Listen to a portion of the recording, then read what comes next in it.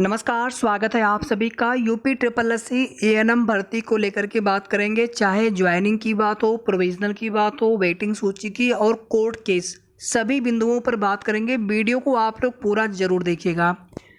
सबसे पहले आप सभी को बता दें कि जब भी किसी भर्ती में कोई भी मामला कोर्ट में जाता है और जो सेलेक्टेड कैंडिडेट होते हैं, जिनका सही तरीके से सिलेक्शन हुआ है, उन्हें कभी भी परेशान होने की ज़रूरत नहीं होती है।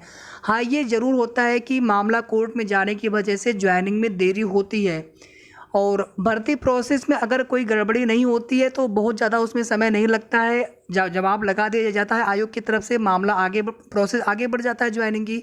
लेकिन अगर भर्ती की प्रक्रिया में कोई भी गड़बड़ी पाई जाती है, उस स्थिति में कुछ भी नहीं कहा जा सकता है कि फिर आगे क्या होना है।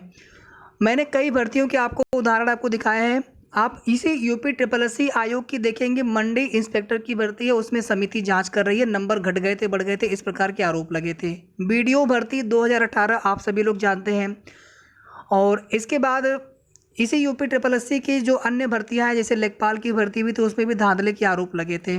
स्टाफ नर्स की भर्ती लोक सेवा आयोग वाली, और एक हमने आप सभी को दिखाया था जिस दिन संशोधित रिजल्ट आया था जूनियर हाई स्कूल शिक्षक भर्ती वाला, यूपी का है।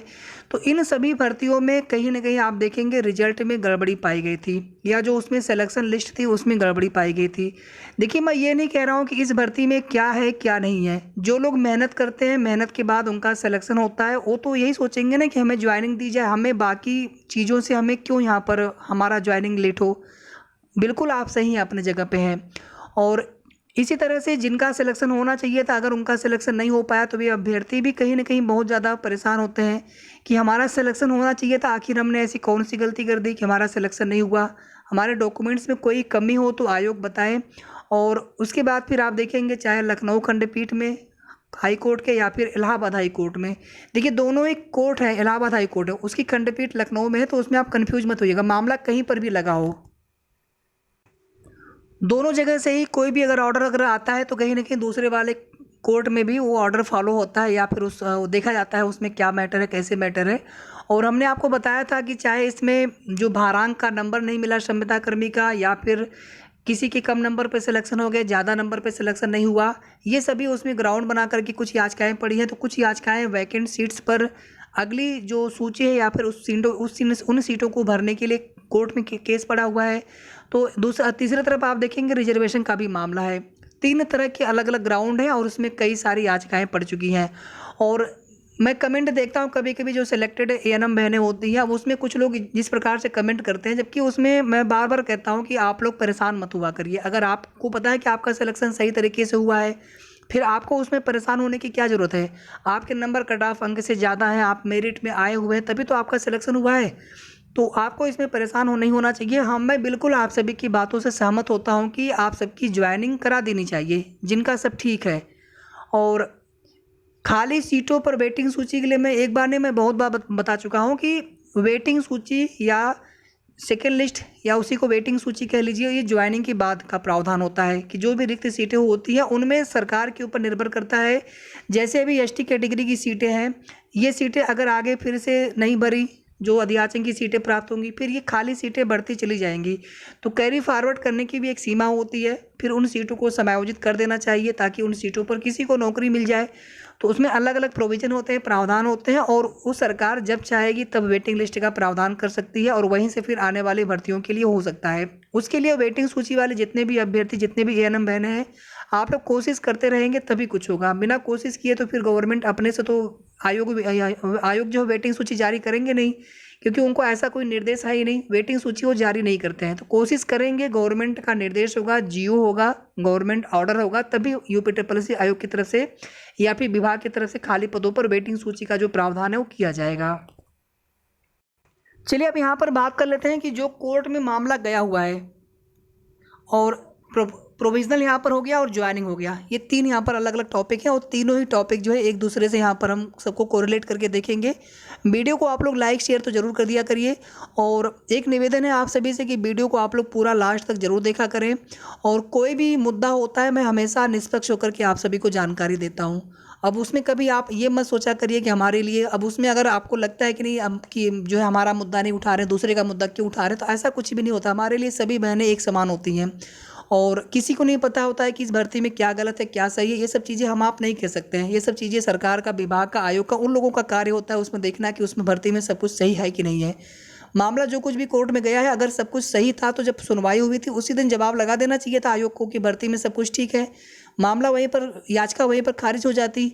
अभी इसके पहले जो लेखपाल में पीईटी कटाव का मामला गया था, पहली ही हियरिंग पे याचिका खारिज हो गई थी। तो क्या यहाँ पर जवाब नहीं लगा सकते थे? फिर उसमें समय क्यों लिया गया? समय लिया गया सरकारी अधिवक्ता की तरफ से, तभी तो वहाँ पर माननीय न्यायालय की तरफ से समय दिया गया, कोर्ट की तरफ से समय दिया गया। ठीक है, आपको कितना समय चाहिए? 4 सप्ताह का समय दिया गया, चलिए 2 सप्ताह का समय हम और दे देते हैं। याचिकाकर्ता है वो भी अपना जवाब लगाएंगे। आपके जवाब लगाने के बाद से उसकी कॉपी जो है याची पक्ष की जो होते हैं उनको, उनके अधिवक्ता को अवेलेबल कराई जाती है। पूरा प्रोसीजर होता है उसमें। और उसके बाद फिर आयोग जो है, जितने भी लोग शिकायत करते हैं उनकी जो है एक बार वो एफिडेविट बनाते हैं, जांच करते हैं, उसमें देखते हैं उसमें क्या है क्या नहीं, किनके डॉक्यूमेंट्स में कुछ कमियां थी कि नहीं थी, क्या थी, या जो भी कमियां हैं उन कमियों के साथ ही तो जवाब लगाएंगे कि हाँ ये कमियां थी, इस वजह से सिलेक्शन हुआ, या फिर सिलेक्शन होना चाहिए था नहीं हुआ। जो भी चीज़ें होंगी वो कोर्ट में पहले से कोई भी निष्कर्ष नहीं निकाला जा सकता है। हो सकता है ना कि जो एएनएम बहनें कोर्ट में गई है, क्या पता उनका सिलेक्शन होना चाहिए था, सिलेक्शन नहीं हो पाया है, ये भी तो हो सकता है। ठीक है, तो हम लोग बिना किसी जांच के, बिना किसी तथ्य के हम लोग किसी निष्कर्ष पे नहीं पहुंच सकते हैं। इसी तरह से ज्वाइनिंग को लेकर के फिलहाल में कोई भी कंफर्म डेट नहीं है कि ज्वाइनिंग कब तक हो जाएगी। और प्रोविजनल के जैसे सभी लोग 8,831 में सेलेक्ट लिस्ट में जैसे सब लोग हैं फ्रेश वाले, वैसे ही प्रोविजनल के विद हेल्ड के भी कैंडिडेट हैं। ऐसा नहीं कि प्रोविजनल विद हेल्ड को कोई अलग से इसमें दिक्कत होनी है। ठीक है, आपका भी तो सिलेक्शन हुआ है सही तरीके से, जिनका जिनका चयन हुआ है इस भर्ती में। प्रोविजनल लगने का मतलब सिर्फ इतना होता है कि आपके डॉक्यूमेंट्स में कोई मिस्टेक है, या फिर विद हेल्ड में है कोई उसमें मिस्टेक है, कुछ दिक्कतें हुई हैं, चाहे बायोमेट्रिक का मामला हो, चाहे पीईटी 2021 का स्कोर कार्ड हो, जिनका अंडर इन्वेस्टिगेशन लिखा हुआ रह गया था और अभी तक वो जो है उसमें एक समिति बना करके उनकी जांच की जानी थी, लेकिन वो किया नहीं गया था, जिस वजह से उनका पीईटी का स्कोर कार्ड क्लियर नहीं था। इस वजह से भी विद हेल्ड में कुछ लोगों को डाला गया है रोल नंबर। ठीक है, तो ये कुल मिलाकर की चीज़ें हैं। ज्वाइनिंग को लेकर के कोई भी कन्फर्म सूचना नहीं है कि ज्वाइनिंग कब तक हो जाएगी या फिर ज्वाइनिंग की प्रोसेस कब से स्टार्ट हो जाएगी। और आयोग की तरफ से रिजल्ट अभी भेजा नहीं गया है, रिजल्ट कब तक भेज देंगे। और साथ ही साथ जो भी होगा सभी के लिए एक साथ होगा, सबकी ज्वाइनिंग एक साथ होगी, किसी की ज्वाइनिंग आगे पीछे नहीं होगी। और कुछ लोगों का ये भी कहना है कि वेटिंग सूची पर भी, मतलब सेकेंड लिस्ट पर भी काम चल रहा है। ठीक है, सेकेंड लिस्ट पर भी काम चल रहा है, बल्कि सेकेंड लिस्ट तैयार हो चुका है। इसी 9,212 भर्ती के साथ सबकी ज्वाइनिंग होगी। तो ये सब चीज़ें फिलहाल में ऐसी कोई भी अपडेट हमें प्राप्त नहीं हुई है। हो सकता है कुछ चीज़ें हों, ठीक है, समय समय पर उनकी भी जानकारी मिल जाएगी, जो भी कुछ भी चीज़ें होंगी। और जब तक कोई भी कन्फर्म अपडेट नहीं मिलेगी, मैं आपको कोई भी सूचना या कोई भी मैं कन्फर्म आपको जानकारी नहीं देता हूँ। फिलहाल में आप लोग कोशिश करते रहिए, मैं आप सभी के साथ हूँ, चाहे ज्वाइनिंग की बात हो या फिर अन्य मुद्दे हो।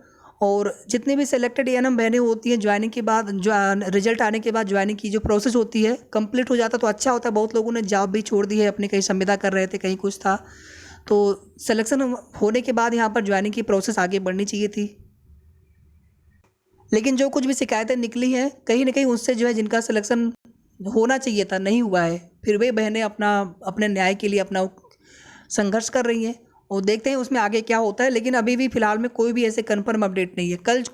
कल जो कुछ भी जानकारी मिलेगी हम आपको बताएंगे।